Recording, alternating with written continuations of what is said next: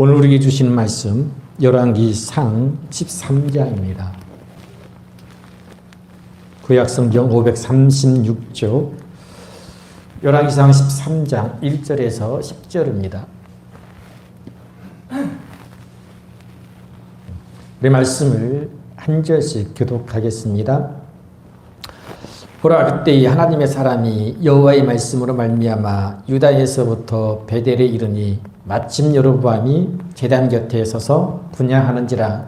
하나님의 사람이 제단을 향하여 여호와의 말씀으로 외쳐 이르되, 제단아 제단아, 여호와께서 이와 같이 말씀하시기를 다윗의 집에 요시야라 하는 이름하는 아들을 낳으리니 그가 내 위에 분향하는 산당 제사장을 내 위에서 제물로 바칠 것이요 또 사람의 뼈를 내 위에서 사르리라 하시고, 그날에 그가 징조를 들어 이르되, 이는 여호와께서 말씀하신 징조라. 제단이 갈라지며 그 위에 있는 재가 쏟아지리라 하매, 여로보암 왕이 하나님의 사람이 베델에 있는 제단을 향하여 외쳐 말함을 들을 때에 제단에서 손을 펴며 그를 잡으라 하더라.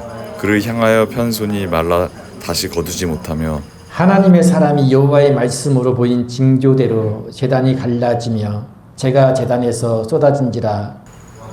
왕이 하나님의 사람에게 말하여 이르되, 청하건대 너는 나를 위하여 내 하나님 여호와께 은혜를 구하여 내 손이 다시 성하게 기도하라. 하나님의 사람이 여호와께 은혜를 구하니 왕의 손이 다시 성하도록 전과 같이 되니라. 왕이 하나님의 사람에게 이르되, 나와 함께 집에 가서 쉬라. 내가 네게 예물을 주리라. 하나님의 사람이 왕께 대답하되, 왕께서 왕의 집 절반을 내게 준다 할지라도 나는 왕과 함께 들어가지도 아니하고 이곳에서는 떡도 먹지 아니하고 물도 마시지 아니하리니, 이는 곧 여호와의 말씀이 내게 명령하여 이르시기를 떡도 먹지 말며 물도 마시지 말고 왔던 길로 뒤돌아가지 말라 하셨음이니이다 하고, 이에 다른 길로 가고 자기가 베델에 오던 길로 되돌아가지도 아니하니라. 아멘. 할렐루야. 우리가 분주한 세상 가운데 살다가 하나님이 허락하신 귀한 날, 하나님이 택하신 귀한 장소에서 하나님이 선택하신 귀한 믿음의 식구들과 함께 예배드림이 은혜인 줄로 믿습니다. 감사합니다. 오늘 지난 한 주간의 삶을 돌아보면서요, 내가 한 주간 동안 다윗의 길로 걸어왔는가 아니면 여로보암의 길로 걸어왔는가를 생각해 봅니다. 우리가 지난주에 여로보암의 길, 다윗의 길에 대한 말씀을 드렸잖아요. 다윗의 길, 믿음의 길, 아까 기도하신 것처럼 범사에 하나님을 인정하고 그런 길이 다윗의 길이라고 한다면, 여로보암의 길은 하나님 없이 사는 길이잖아요. 우상 숭배하는 길이고요. 우리가 길, 등산로, 인도 여러 가지 길들이 있는데 그런 길들은 언제든 반복해서 걸을 수가 있습니다. 길이라는 것이 변하는 것이 아니잖아요. 그대로 있고 또 시작과 끝이 있고요. 출발지와 도착지가 연결되어 있기 때문에 우리 그냥 습관적으로 길을 왔다 갔다 할 수도 있고요. 언제든 맘만 먹으면 왕래할 수가 있습니다.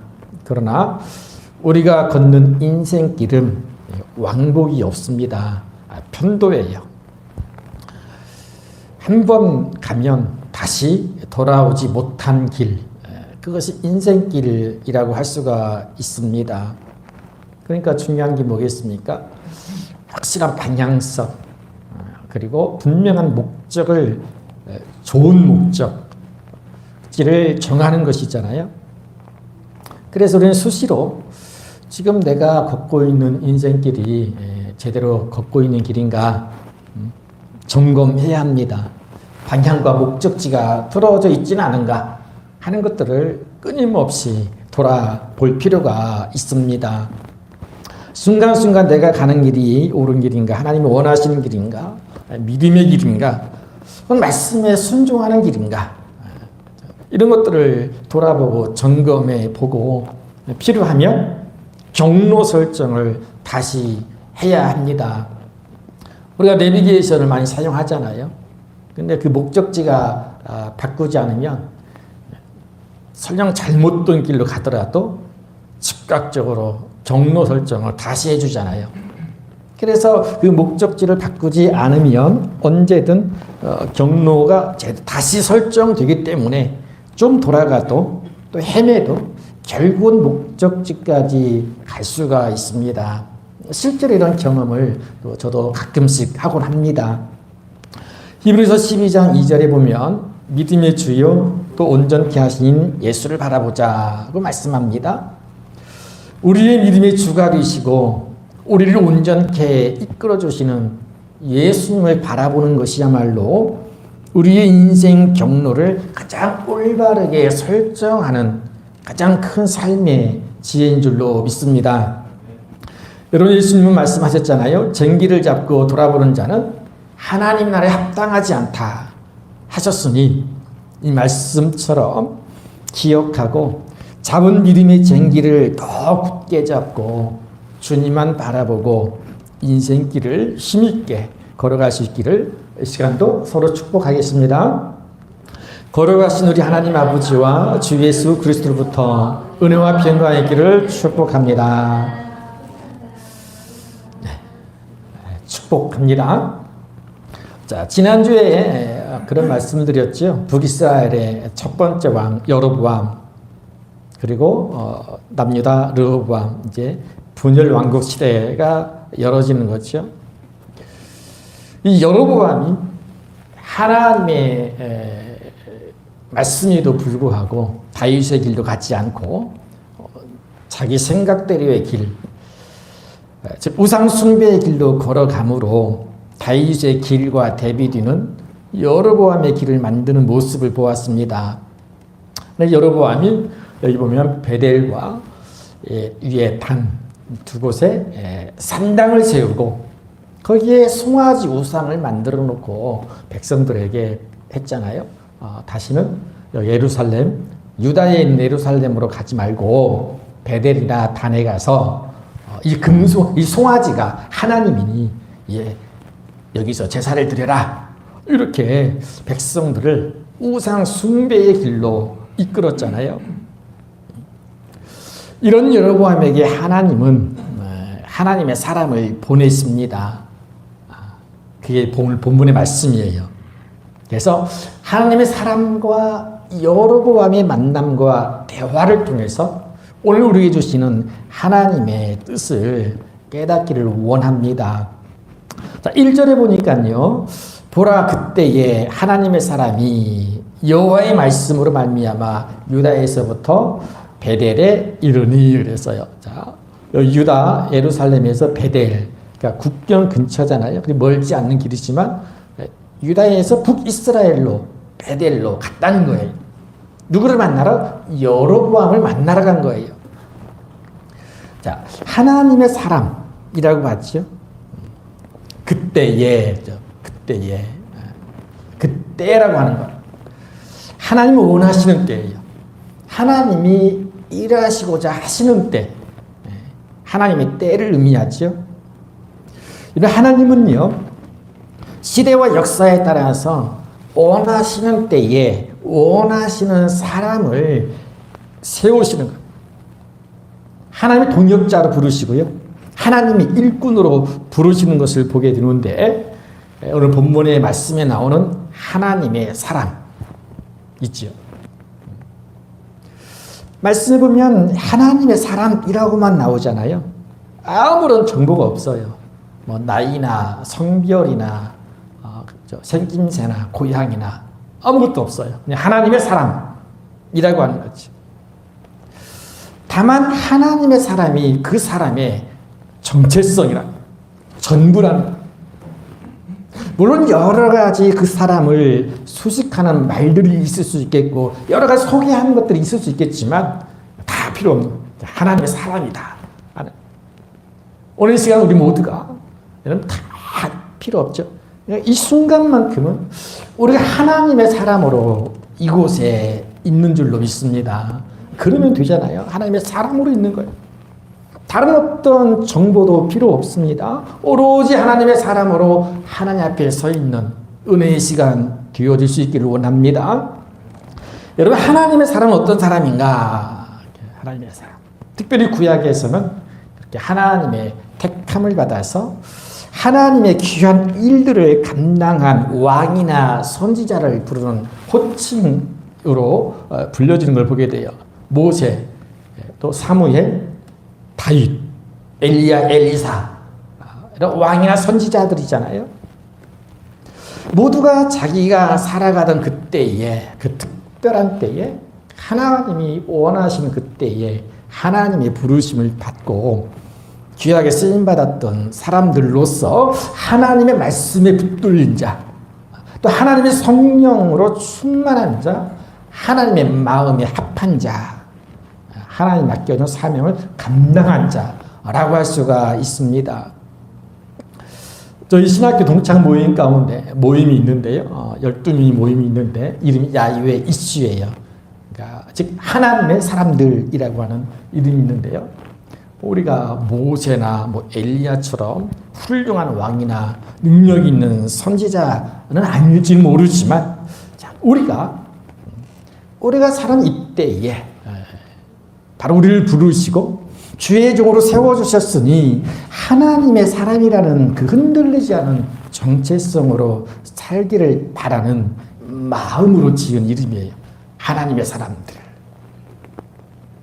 여러분, 2024년 이때에 하나님은요, 저와 여러분을 하나님의 말씀으로 강권하시고 하나님의 사람으로 세워주신 줄로 믿습니다. 그게 오늘 우리의 신앙의 정체성. 다른 다 필요 없어. 하나님 사람이다라고 하는 확고한 정체성이 필요한 때인 줄로 압니다. 여러분, 하나님이 원하시는 그때에 하나님의 말씀으로 충만한 그 하나님의 사람이 이제 베델에 왔을 때 마침 여로보암이 어디에 있었어요? 베델의 산당에서 송아지 우상 제단 앞에서 분향을 하고 있었다라고 말씀하죠. 송아지 우상 제단, 송아지 모양을 만들어 놓고 형상을 만들어 놓고 그것이 하나님이다라고 섬기는 거예요. 이런 모습이 좀 익숙치 않아요? 구약에 이미 그런 경험이 있잖아요. 이스라엘 백성들이 출애굽 당시에 모세가 시내산에 올라가서 내려오지 않으니까 산 아래에 있던 백성들과 아론이 금붙이를 다 모아서 금으로 송아지를 만들어요. 그런 그 송아지가 너희를 애굽 땅에서 인도하여 낸 너희의 신이다 라고 외치면서 그 앞에서 먹고 마시고 뛰놀면서 아주 광란적인 우상 숭배에 빠지고 말잖아요. 이들에 대한 하나님의 판단은요, 부패한 백성, 목이 뻣뻣한 백성이다입니다. 송아지는 소잖아요. 소 새끼. 그러니까 소 새끼. 그 소는 뭐예요? 그냥 우리가 이렇게 먹을 수도 있는 음식. 지금도 소는 굉장히 비싼 고기잖아요. 함부로 그렇게 많이 먹지 못하는 귀한 음식 중에 하나이잖아요. 먹는 거예요. 농가에서는 어때요? 귀한 재산이잖아요. 그래서 소를 몇십 마리, 몇백 마리 키우는 분들은 부자이죠. 재산 목록 1호이잖아요. 그런데 그런 귀한 재산을 구별해서 하나님께 제물로 바치는 것이 구약에서 하나님께 드리는 제사입니다. 제물이 있어야 되잖아요. 가장 값진 재산이 소니까 그걸 구별해서 하나님께 바치는 거예요. 구약에서 하나님께 드리는 제사, 제물, 율법에 따라서 죄를 회개하는 속죄제나 화목 제사를 드릴 때 바치는 귀한 제물이에요. 그런데요, 그런 소의 모양과 형상을 만들어 놓고 그것이 하나님이다 라고 섬기는 거예요. 마치 하나님을 숭배하듯 섬기듯 그 앞에서 절하고 그 앞에 제사를 지내는 거지.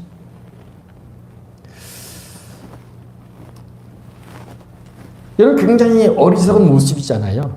자기가 만들어 놓고 자기가 사용하고 자기가 먹고 자기가 쓰는 것들 그런 것들을 어떤 형상으로 만들어 놓고 그러니까 자기가 만들고 그것이 나를 만드는 하나님이다라고 말하는 거니까 얼마나 어리석어요.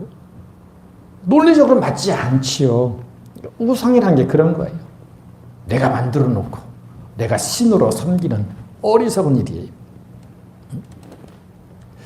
자, 사람의 마음이 부패하고 목이 뻣뻣해지고 어리석게 되면요 소를 섬기듯 그렇게 물질을 섬기는 탐욕이라는 우상 숭배에 빠진다는 거예요.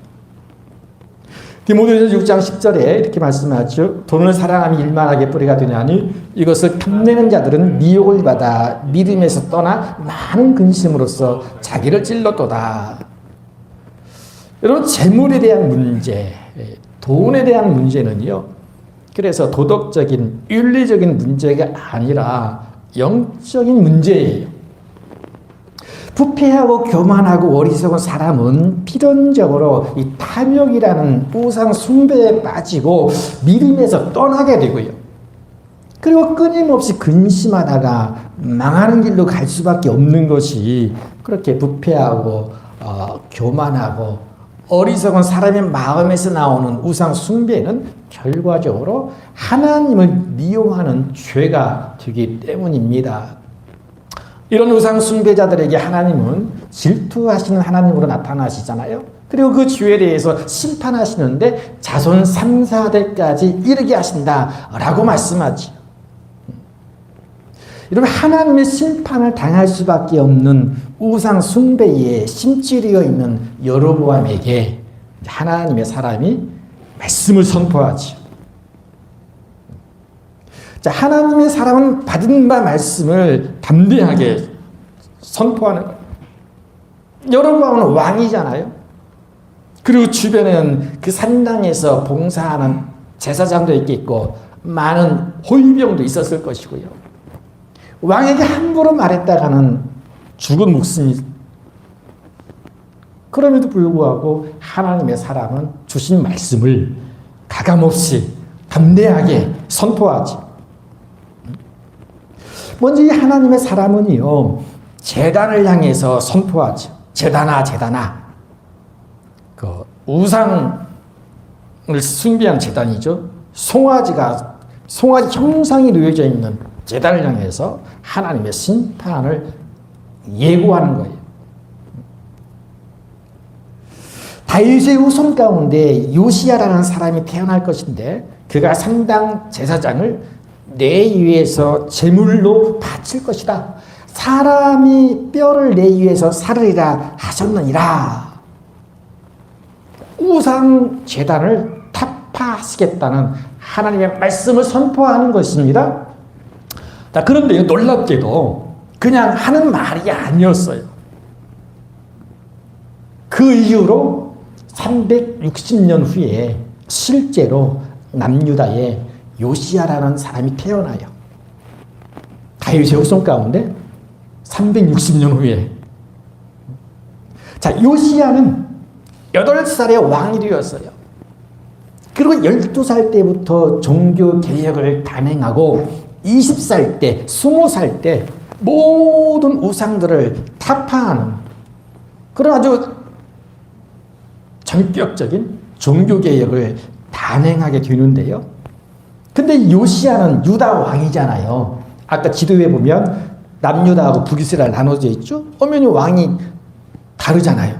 그런데 이 남유다의 왕으로 태어난 요시야가 유다뿐만 아니라 북이스라엘, 즉 베델에 있는 우상까지도 타파하는 개혁을 한다고 하는 거예요. 자, 베델에 여로보암이 세운 산당을 헐고 불살라서 가루로 만들어 버리고요. 24장 16장이죠. 요시야가 몸을 돌이켜 산에 있는 무덤들을 보고 보내 그 무덤에서 해골을 가져다가 제단 위에서 불살라 그 제단을 더럽게 하니라. 이 일을 하나님의 사람이 전하였더니 언제? 이 일을 하나님의 사람이 몇 년 전에요? 무려 360년 전에 애언한 것이 여호와의 말씀대로 되었더라 하고 말씀하는 거예요. 저는 요시야 왕은요, 하나님의 사람이 예언한 대로 베델 산당의 제사장들을 다 제단 위에서 죽이고 사람의 해골을 제단 위에서 불사람으로써 아주 철저하게 우상 제단을 무너뜨리고 더럽혔어요. 완벽한 하나님의 말씀이 이루어지는 순간이죠. 사랑하는 성도 여러분, 성경 66권에 기록되어진 하나님의 말씀은 반드시 이루어지는 줄 믿습니다. 반드시 이루어져요. 이사야 40장 8절에 이렇게 말씀하죠. 풀은 마르고 꽃은 시드나 우리 하나님의 말씀은 영원히 서리라. 여러분, 하나님의 말씀으로 천지를 창조하셨잖아요. 그 이후로 그 말씀의 권세와 그 능력은 영원히 변치 않기 때문에 말씀에 순종하든 순종하지 않든 간에 반드시 열매를 맺게 된다는 거예요. 시기의 문제이지 하나님이 원하시는 그때이지요. 반드시 하나님의 말씀이 이루어진다 하는 것을 보게 됩니다. 말씀을 믿고 의지하고 순종함으로 여러분 좋은 열매를 많이 맺어서 하나님께 영광 드리는 저와 여러분 되시기를 주님의 이름으로 간절히 축복합니다. 이 하나님의 심판 예언을 들은 여로보암 어땠습니까? 얼마나 마음이 부패하고 교만하고 어리석었던지 회개하지 않아요. 깨닫지를 못해요. 오히려 손을 들어서 그를 잡으라고 명령합니다. 힘과 권력으로 하나님의 사람을 대적하는 거예요. 자신의 힘으로 하나님의 말씀을 대적하는 거죠. 어쩌면 하나님을 대적하는 것과 다르지가 않습니다. 자, 그런데 말씀해 보니까요, 그의 편손이 잡으라고 손을 폈는데 그 손이 말라서 거두지 못하게 되었다. 순간 어떤 그런 이적이 일어나는 거죠. 하나님의 말씀을 전하는 하나님의 사람을 대적하는 것은 곧 하나님을 대적하는 것.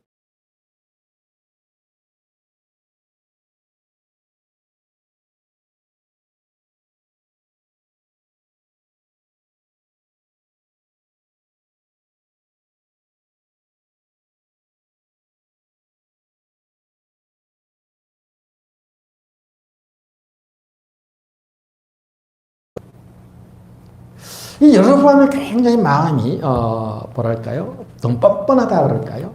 하나님이 그 베푸신 기적을 보고서도 즉시적으로 심판하심에도 불구하고 마음이 변화가 없어요. 그 정도였으면 자기 자신이 하나님 앞에 회개하고 기도해야 맞는데 그는 하나님의 사람에게 기도하라고 명령하는, 내 손이 다시 성하게 기도하라 하죠. 자, 그런데 감사하게도 하나님은 그 하나님의 사람의 기도를 들으시고 여로보암의 손을 고쳐 주십니다. 그러니까 하나님은요, 끊임없이 여로보암이 회개할 수 있는 기회를 주시는 거예요. 자, 이 여로보암과 이 하나님의 사람과의 대화와 그 과정을 보면서 제가 중보기도에 대해서 생각을 좀 하게 되었어요. 중보기도는 나는 다른 사람을 위해 기도하는 거잖아요. 다른 사람에는 뭐 여러 사람들이 있죠. 나와 친밀한 사람도 있을게, 내 원수도 있을 수 있잖아요. 그 사람한테 기도해 주는. 또 뭐 불특정 다수를 위한 기도, 뭐 북한에 있는 동포를 위한 기도, 기도할 수 있고요. 그렇게 우리가 여러 사람들을 위해서 중보하며 기도하는데 가끔씩 그런 의구심이 들 때가 있어요. 이 기도가 도대체 쓸데있나? 하나님 응답해 주실까? 저 사람은 내가 기도하고 있는지도 모를 텐데 그런 줄도 모르고 계속 악행을 일삼고 멋대로 살아가고 있는데 내가 기도한들 과연 효과가 있을까 하는 의문을 가질 때가 있고요. 지칠 때도 있잖아요. 근데 오늘 부모님 말씀을 보면서 깨달았어요. 하나님 은혜다. 여로보암이 회개하지도 않고 여로보암 자신이 기도하지 않았음에도 불구하고 신실한 하나님의 사람을 기도를 들으시고 하나님이 여로보암에게 계속 은혜를 베푸시잖아요. 마른 손을 다시 회복시켜 주시고. 여러분 이것이 중보기도의 은혜인 줄로 믿습니다. 그 사람의 믿음과는 상관없이 나의 기도를 들으시고 회개할 기회를 주시는 이 하나님의 은혜가 중보기도의 응답인 줄로 믿습니다. 여러분 하나님이 포기하지 않으신다는 것은요. 그걸 내가 깨닫는 것이 계속 기도하는 마음을 주시는 거예요. 나의 중보 기도를 통해서 하나님이 그 사람을 포기하지 않고 사랑하시는 돌아오기를 기다리시는 그 마음을 안다 하는 것입니다. 여러분 중보 기도 하고 계시죠?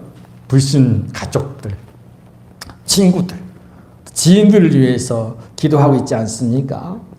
그들을 사랑하시는 하나님의 마음인 줄 아시고요. 또 나의 믿음의 기도를 들으시고 변화시켜 주실 줄 믿고 낙심하지 말고 기도할 수 있기를 바랍니다. 여러분 여로보암은요. 자 그렇게 하나님의 사람의 기도로 응답해 주시는 그 하나님의 은혜로 마른 손이 회복되었지요. 근데 여전히 회개하지 않습니다. 그리고 이번에는 회유책을 쓰지요. 처음에는 힘으로 무력으로 하나님의 사람을 제압하려 했지만 하나님의 개입하심으로 되지 않으니까 이번에는 물질로 회유책 작전을 바꾼 거죠. 7절에 보니까 나와 함께 집에 가서 쉬라. 내가 내게 예물을 누리라 그랬어요. 돈을 주겠다는 거예요. 물질로 공략하는 거죠. 이런 많은 사람들이요. 그런 경우가 있어요. 정말 외부로부터의 핍박이나 박해나 이런 것들을 잘 이겨내는데 또 생각지도 못하게 물질에 넘어지는 경우가 많습니다. 목사나 성도나 마찬가지예요. 왜 물질이 필요하죠? 먹고 마시고 사는 것 필요합니다. 돈이 필요해요. 그러다 보니까 그 물질의 유혹에 넘어가는 하나님의 사람들이 많아요. 우리가 기도해 조심해야 되겠지요. 그러니까 지금 여로보암이 그렇게 이제 하나님의 사람을 물질로 유혹하는 거예요. 이런 하나님의 사람은요, 세상 권력에도 굴하지 않고 말씀을 전해야 하지만 무엇보다 먹고 마시는 것, 물질의 유혹에도 넘어가지 않아야 합니다. C.S. 루이스가 이런 말을 했다고 합니다. 같이 한번 읽어볼까요? 세상 것에 욕심을 내지 마십시오. 세상 것을 따르면 다 잃게 됩니다. 하나님을 선택하십시오. 그러면 세상은 덤으로 주십니다. 굉장히 삶의 지혜가 있죠. 믿음이 있어요. 예수님께서도 마태복음 6장 33절에 이렇게 말씀해 주십니다. 그러니 너희는 먼저 그의 나라와 의를 구하라. 그리하면 이 모든 것을 너에게 더하시리라. 먼저 하나님을 찾으면 세상 것은 덤으로 주시는, 선물로 주신다는 거예요.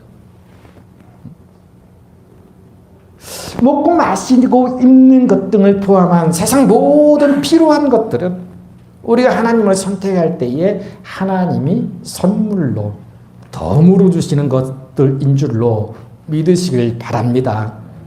그래서 하나님의 사람은 어떻게 해요? 단호하게 거절하지. 얼마나 줄 거냐? 어떤 미래를 보장해 줄 거냐? 묻지 않으시고 단호하게 거절해요. 저는 이 말이 너무나 멋있게 들렸어요. 왕의 집 절반을 준다 하더라도, 여러분 얼마나 멋있는 말이에요.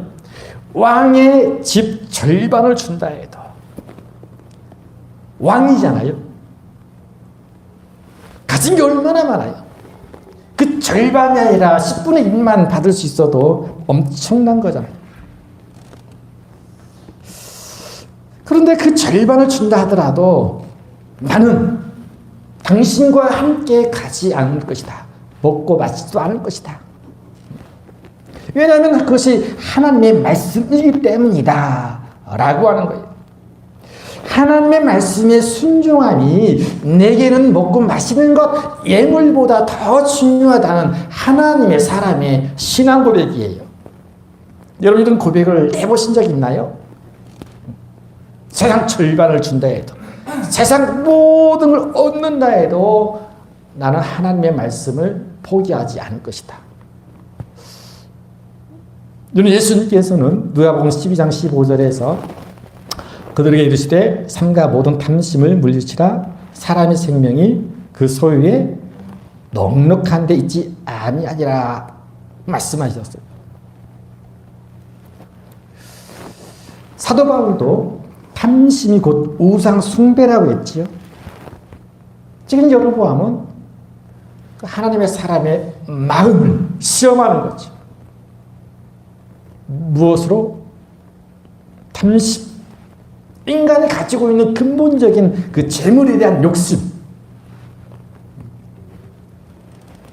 자, 하나님의 사람이 여로보암의 꾀임에 넘어가서 같이 들어가서 먹고 마시고 예물을 취했다면 그도 결국은 이 탐심이라는 우상 숭배에 빠져서 여로보암의 길로 가고 말았을 것입니다.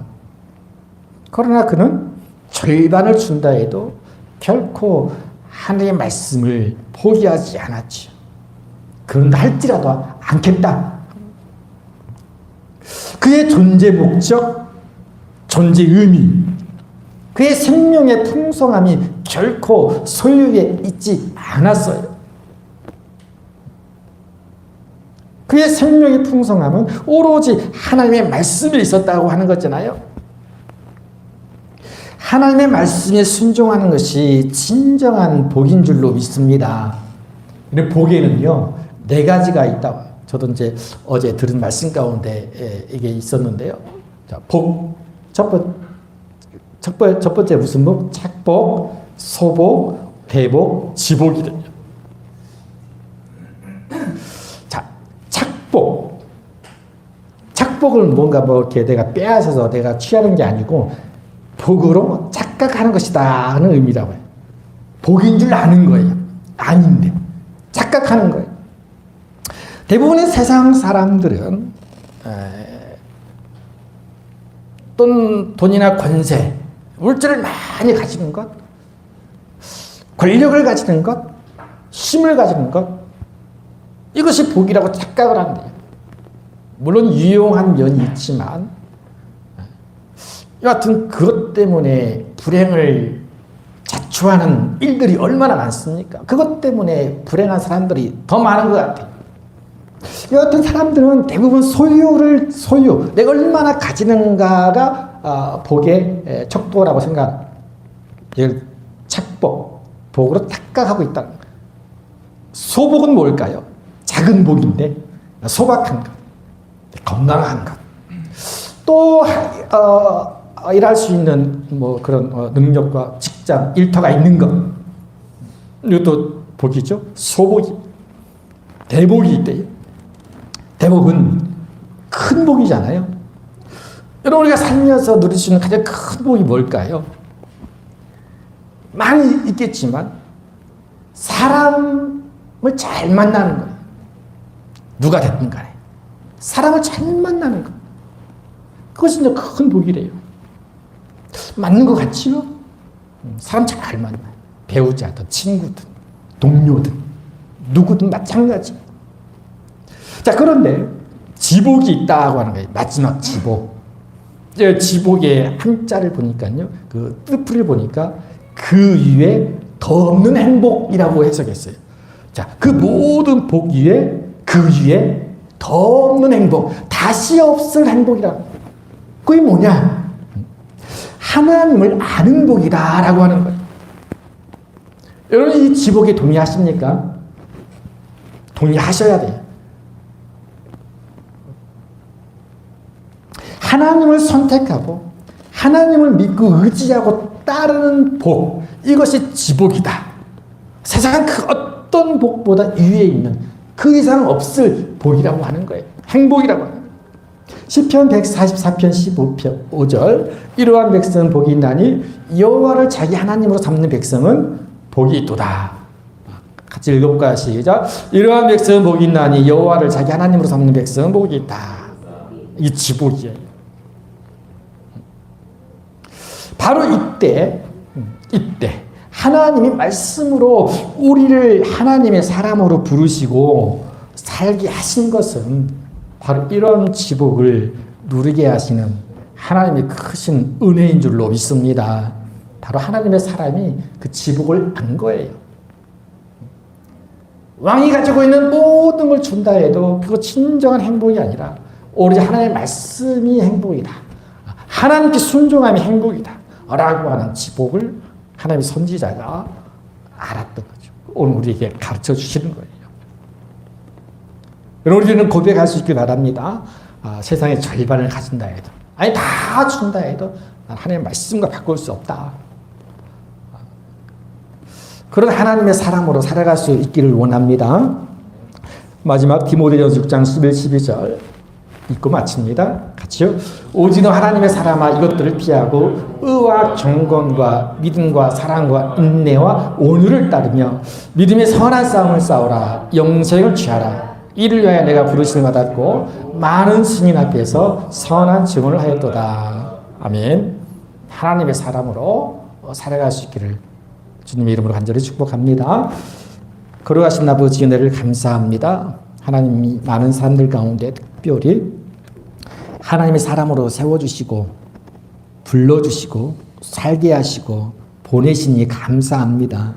오늘 또 말씀을 의지하여서 평생 하나님의 사람으로 살아갈 수 있도록 큰 믿음의 은혜를 허락하여 주옵소서. 그 세상 그 어떤 복보다 지복, 하나님을 알고 하나님을 선택하고 말씀에 순종하는 것이 참되고 영원한 복인 줄로 믿습니다. 그 하나님을 내 하나님으로 삼는 복 있는 자가 되어서 살아갈 수 있도록 인도하여 주옵소서. 하나님의 사람으로 살게 하여 주옵소서. 예수님의 이름으로 기도하옵나이다.